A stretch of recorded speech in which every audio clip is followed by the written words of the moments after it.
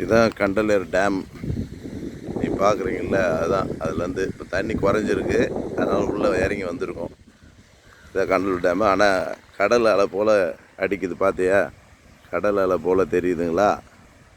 பாருங்கள், கடல் அலை வர்ற மாதிரி இருக்கா?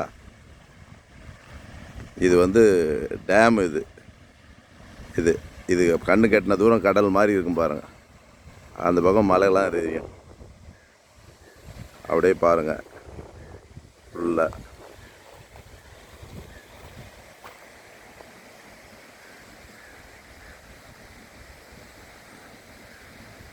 மலை தெரியுதா?